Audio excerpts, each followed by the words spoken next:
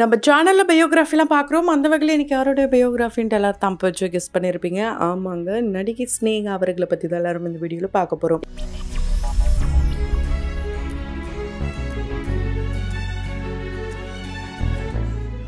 இவங்கள பத்தி பார்க்கறதுக்கு முன்னாடி இதுவரைக்கும் யாரெல்லாம் நம்ம சினி சமூகம் சேனலை சப்ஸ்கிரைப் பண்ணலையோ அவங்க எல்லாரும் மறக்காம சப்ஸ்கிரைப் பண்ணிட்டு பக்கத்துல இருக்க பெல் ஐக்கனையும் மறக்காம பிரஸ் பண்ணிடுங்க. நடிகை ஸ்னேகா அவர்கள் நமக்கு ரொம்ப நல்லாவே தெரியும். கிட்டத்தட்ட 25 வருஷமா இந்த இண்டஸ்ட்ரியில கலக்கிட்டு வராங்க. தமிழ், தெலுங்கு, மலையாளம் இப்படி பல மொழிகளிலும் இவங்க நடிச்சிட்டு வராங்க. துபாயில இருந்து இங்க வந்திருந்தாலும் தமிழ் ரொம்ப நல்லாவே பேசுவாங்க. அமெரிக்கால கொஞ்ச நாள் இருக்கும்போது கூட நம்மளுடைய பாரம்பரியமான நடனம் பரதநாட்டியத்தை இவங்க கத்துக்கிட்டு அது மூலயமா தான் சினிமா இண்டஸ்ட்ரிக்கே வந்திருக்காங்க. சமீபத்துல கோட் படத்துல இவங்களை நல்லாவே எல்லாரும் பார்த்து என்ஜாய் பண்ணிருப்பீங்க. ஏன்னா ரொம்ப வருஷத்துக்கு அப்புறமா கம்பேக் கொடுத்திருக்காங்கன்னே சொல்லலாம். நம்மளுடைய தளபதி விஜய் அவர்கள் கூட சேர்ந்து ஆல்ரெடி இவங்க 2 பேரும் சேர்ந்து வசீகரா படத்துல செமையான பர்ஃபார்மன்ஸ் கொடுத்திருப்பாங்க.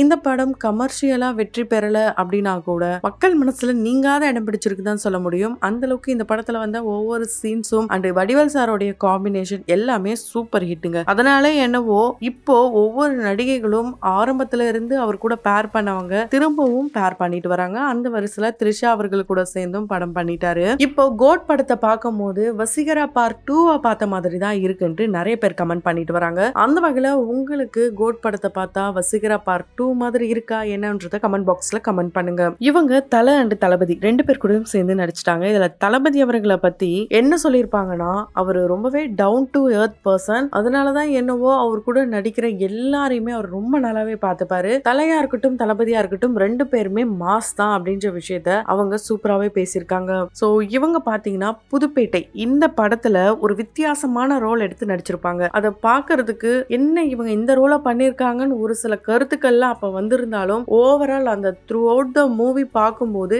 அந்த கேரக்டரை நல்ல விதமாவே கொண்டு போயிருப்பாராம் டைரக்டர். இந்த விஷயத்த சமீபத்துல ஒரு இன்டர்வியூல ரொம்ப அழகாவே சொல்லியிருப்பாங்க ஸ்னேகா அவர்கள். நான் இந்த ரோலை எப்படி வருமோ பயமா இருந்துச்சு எனக்கு, ஆனா டைரக்டர் தான் இதை ரொம்ப அழகா கொண்டு போனாரு. இந்த நேரத்துல நான் தனுஷ் அவர்களுக்கும் சரி செல்வராகவன் அவர்களுக்கும் நன்றி சொல்லிக்கிறேன் அப்படின்னு சொல்லியிருப்பாங்க. அதே மாதிரி தனுஷ் அவர்கள் கிட்ட ஒரு இன்டர்வியூல உங்களுக்கு எந்த பேர், அதாவது ஆன் ஸ்கிரீன்ல எந்த பேர் கூட நடிச்சா நல்லா இருக்கும்னு கேட்டப்போ அவர் பதில் சொல்றதுக்கு முன்னாடியே அங்க இருந்த ஆடியன்ஸ் எல்லாரும் சேர்ந்து ஸ்னேகா ஸ்னேகான்னு கத்திருப்பாங்க. அந்த விஷயத்த ஸ்னேகாவே ஒரு ஆங்கர் கிட்ட கோவமா பேசிட்டாங்க. ஏன்னா தனுஷ் அவர்கள் கூட நீங்க சேர்ந்து நடிச்சுங்க, பார்த்தா ஹீரோயின் மாதிரியா இருந்தீங்க, அவர் கூட நடிக்கும் போது அக்கா மாதிரி இருந்தீங்க, இப்படியா இருப்பீங்க அப்படின்னு கேட்டு ஸ்னேகா அவர்களை கடுப்பேத்திட்டாங்க. அதுக்காக தான் அவங்க இந்த எக்ஸாம்பிள சொல்லியிருப்பாங்க. அது மட்டும் இல்லாம திரும்பவும் தனுஷ் அண்ட் ஸ்னேகா இவங்க 2 பேருடைய காம்பினேஷன் பட்டாஸ் படம் மூலமா நம்ம பார்த்திருந்தோம். அதுல பிரியாத வர வேண்டும் இந்த சாங் இப்போ இருக்கு நிறைய பேருக்கு ஃபேவரட்டான சாங்காவும் இருக்கு. அந்த சாங் உங்களுக்கு ரொம்ப பிடிக்கும்னா கமெண்ட் பாக்ஸ்ல ரெட் ஆர்டின் கொடுக்கலாம். இந்த படத்துல ஒரு சில கலைகளை வெளிப்படுத்தியிருப்பாங்க ஸ்னேகா அவர்கள். அதை பார்க்கும்போது என்ன செமையா ட்ரெயின் ஆயிருக்காங்களே அப்படின்னு சொன்னாலும் அந்த இடத்துல ஒரு ட்விஸ்ட் இருக்குங்க. என்னன்னா அப்ப அந்த படம் பண்ணும்போது அவங்க 7 மாசம் கர்ப்பமா இருந்தாங்களாம். அந்த நேரத்துல கூட ரொம்பவே ஸ்ட்ரெயின் பண்ணி தான் நல்லாவே ட்ரெயின் பண்ணி இவங்க அந்த சீக்வன்ஸை எடுத்தாங்களாம். பயலாம் இவங்களுக்கு எதுவுமே கிடையாதாங்க. அந்த அளவுக்கு ரொம்பவே ஸ்ட்ராங்கஸ்ட் கேர்ளா தான் இவங்க இருந்திருக்காங்க அவங்க ஃபேமிலியில. ஏன்னா இவங்களுடைய ஃபேமிலியை பொறுத்த வரைக்கும் இவங்களுக்கு மேல 2 அண்ணா ஒரு அக்காலாம் இருக்காங்க. இவங்களுடைய அக்காக்கு இவங்க பொண்ணு மாதிரியாம், ஒரு ஃப்ரெண்டு மாதிரியாம், எல்லாத்தையும் இவங்க கிட்ட ஷேர் பண்ணுவாங்களாம். அது மட்டும் இல்லாம இவங்க அக்காக்கு தான் நடிக்கணும்னு ஆசையாங்க. அவங்களுடைய அப்பா அதாவது அந்த குடும்பமே எதிர்ப்பு தெரிவிச்சிருக்காங்க. நம்ம குடும்பத்துக்கு அதெல்லாம் செட் ஆகாது, அதெல்லாம் தேவையில்லை அப்படின்ட்டு அவங்க அப்பா சொல்லியிருந்தா கூட அவங்க அக்காவும் இவங்களும் வீட்டுக்கு தெரியாம திருட்டுத்தனமா போட்டோ ஷூட்லாம் எடுத்து அதை வெளிப்படுத்திருக்காங்க. இவங்க படங்கள்லாம் பண்ணும்போது நிறைய கான்ட்ரவர்சி, குறிப்பா ஒரு கிராமத்து ரோல்ல இவங்க நடிச்சிருப்பாங்க. தமிழ் படமான முதல் படம் விரும்புகிறேன், இதுல பிரசாந்த் அவர்கள் கூட சேர்ந்து பர்ஃபார்மன்ஸ் பண்ணிருப்பாங்க. இதுல கொஞ்சம் நெருக்கத்தையும் காட்டியிருப்பாங்க.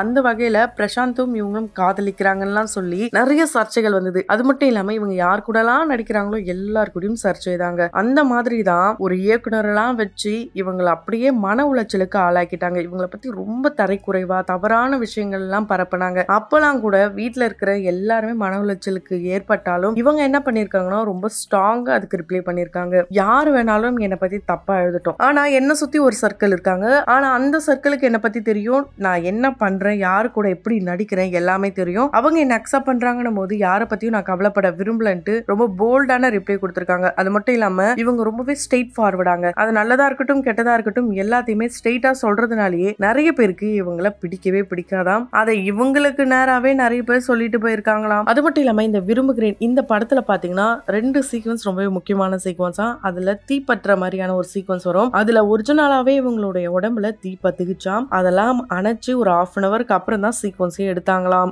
இவங்களுடைய ரியல் நேம் சுகாசினின்னு நிறைய பேருக்கு தெரியும். ஆனா இவங்களுடைய ஸ்டேஜ் நேம் ஸ்னேகா எப்படி வந்ததுன்னா இவங்களுடைய ஆரம்ப காலகட்டத்திலே இவங்களுடைய அப்பா ஸ்னேகம் மஹால் அப்படின்ற ஒரு மஹால் வச்சு ரன் பண்ணிருக்காரு. அதுதான் ராசின்றதுனாலதான் அந்த பேரு இவங்களுக்கு வச்சுக்கிட்டாங்க. இப்ப இவங்களுக்கு 42 வயசு ஆகுதுங்க. ஆனா இப்பயும் இவங்களை பாக்குறதுக்கு ரொம்ப ரொம்ப எங்கா இருக்காங்கன்ட்டு நிறைய பேர் இவங்களை வாழ்த்திட்டு வராங்க. அந்த ராசி தான் என்னன்னு தெரியல. ஸ்னேகாலியா சில்க் அப்படின்ட்டு இவங்க ஓனா ஒரு புடவை ஷாப்பும் வச்சிருக்காங்க. அதை பாத்தீங்கன்னா அதுலயும் கான்ட்ரோவர்சி தான். அதுல யாரு நம்மளாம் போயிட்டு எடுக்க முடியாது, ஃபுல் அண்ட் ஃபுல் ஆர்டிஸ்ட் மட்டும்தான் எடுக்க முடியும்ட்டு ஒரு சில தவறான கருத்துக்களை பரப்பிட்டு வந்தாலும் அதுக்கு ஸ்னேகா அவர்கள் என்ன சொல்லியிருக்காங்கன்னா, அட நீங்க வேற யாருங்க சொன்னா வர ஆர்டிஸ்ட் எல்லாரும் அள்ளிக்கிட்டா போறாங்க. அப்படிலாம் இல்ல, என்னோட ஃப்ரெண்ட்ஸே ஆர்டிஸ்ட் யாருன்னா வந்தாங்கன்னா அவங்களுக்கு ஒரு ஹாய் சொல்லிட்டு என்னோட வேலையை பார்க்க போயிடுவேன். அவங்களுக்கு எது பிடிக்குதோ பிடிக்கலையோ இல்ல வாங்குறாங்க வாங்கல இதெல்லாம் எனக்கு மேட்டரே கிடையாது. பொதுமக்கள் நிறைய பேர் வந்து வாங்குறாங்க. குறிப்பா நான் யாருக்கு முன்னாடி போய் நிப்பேன்னா கல்யாண பெண்களுக்கு போய் நிப்பேன். அவங்களுக்கு எங்களுடைய சாரியை கொடுக்கணும்னு ஆசைப்படுவேன். அவங்க என்ன டிசைன் கேட்கறாங்க என்ன கலர் கேட்கறாங்களோ அதை எப்படியாவது தேடி கண்டுபிடிச்சு கொடுப்பேன்ட்டு பொதுமக்களுக்காக தான் அந்த சாரி ஷாப் அப்படின்னு சொல்லியிருக்காங்க. கிட்டத்தட்ட 10 பேர் வேலை செய்யறாங்களாம். சாரி கலெக்ஷன்ஸ்க்குலாம் இவங்களே தனியா போவாங்களாம். அங்க ஒர்க் பண்றவங்களையும் தாண்டி ஒரு சில கிளீனிங் ஒர்க் எல்லாம் கூட இவங்களே பண்ணிருக்காங்களாம். ஏன்னா இவங்களுக்கு ஓசிடி ப்ராப்ளம் ஒன்று இருக்காம். அதை பாத்தீங்கன்னா எப்பவுமே நீட்டா இருக்கணும், இது இப்படிதான் இருக்கணும் அப்படிதான் இருக்கணும் அப்படின்றதுனால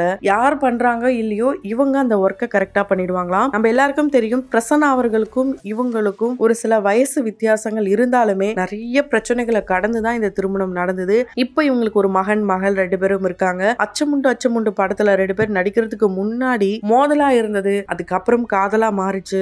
ரொம்ப லைஃப் ஹாப்பியா போயிட்டு இருக்கும் போது சடனா இவங்க 2 பேருக்கும் டிவோர்ஸ் ஆயிடுச்சுன்ட்டு ஒரு புரளியை கிளப்பி விட்டாங்க. ஏன்னா சமீபத்துல ரொம்ப பிரபலமா இருக்க பிரபலங்களுக்கு மத்தியில தான் பிரிவு வந்துடுச்சுன்ட்டு புரளியா வருதுன்னு பார்த்தா ஒரிஜினலாவே நாங்க புரிஞ்சுட்டோம்ட்டு ரீசெண்டா நிறைய கப்பல் பிரிஞ்சுதா பார்த்திருக்கோம். அந்த வருஷத்துல இவங்களும் வந்துட்டாங்கன்னு பார்த்தா அப்படிலாம் எதுவும் கிடையாது. எங்க 2 பேருக்குள்ள நடுவுல ஒரு சில மனக்கசப்புகள் இருக்கு, இருந்தாலும் அது ஹஸ்பண்ட் அண்ட் ஒய்ஃப்னா எல்லாருக்கும் யதார்த்தமா வருதுதான் அப்படின்னு சொல்லிட்டாங்க. இவங்க ஃபேன்ஸ்க்கு எந்த அளவுக்கு மரியாதை கொடுத்திருக்காங்கன்னா அவங்க வீட்டுக்கே இன்வைட் பண்ணி அவங்களுக்கு ஃபுட் எல்லாம் கொடுத்திருக்காங்க. அந்த வீடியோஸ் எல்லாம் சோஷியல் மீடியால ரொம்ப வைரல் ஆச்சு. அதையும் தாண்டி இவங்க டான்ஸ் ஜோடி டான்ஸ் இதுல ஜட்ஜா இருக்கும் போது அதுல இவங்கள ஒருத்தவங்க தம்பியாவும் அக்செப்ட் பண்ணி அவரையும் வீட்டுக்கு கூப்பிட்டு சாப்பாடுலாம் போட்டிருக்காங்க. இவங்க கூட யாரெல்லாம் ஒர்க் பண்றாங்களோ அவங்களுக்கு தேவையான நிறைய விஷயங்களை வாங்கியும் கொடுத்திருக்காங்களாம். இவங்க ஒரு ஃபிட்னஸ் ஃப்ரீக்கா வந்துட்டு இருக்காங்கன்னா அதுக்கு காரணம் பிரசன்னா தானாம். ஏன்னா அவரு ஃபிட்னஸ் ஃப்ரீக் பைத்தியமாங்க. இவங்களுடைய பிரெக்னன்சி டைம்ல நிறைய பாடி ஷேமிங்லாம் வந்துதான், அது எல்லாத்தையும் ஓவர் கம் பண்ணி வந்துட்டாங்களாம். ஆட்டோகிராஃப் படம் மூலமா சேரன் சார் கிட்ட ஒரு நல்ல ஒரு நட்பை பார்த்திருக்க முடியும். அதே நட்பு ரீதியா அவரு ஒரு இன்டர்வியூல ஸ்னேகா ஒரு நல்ல பொண்ணு, அதுக்கு நல்ல வாழ்க்கை அமையணும் சொல்லியிருப்பாரு.